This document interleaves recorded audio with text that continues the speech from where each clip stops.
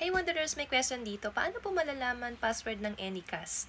So, tinatanong niya nga dito is yung ating M9 Plus wireless display dongle na ginamit ko sa pag-connect ng tablet sa TV.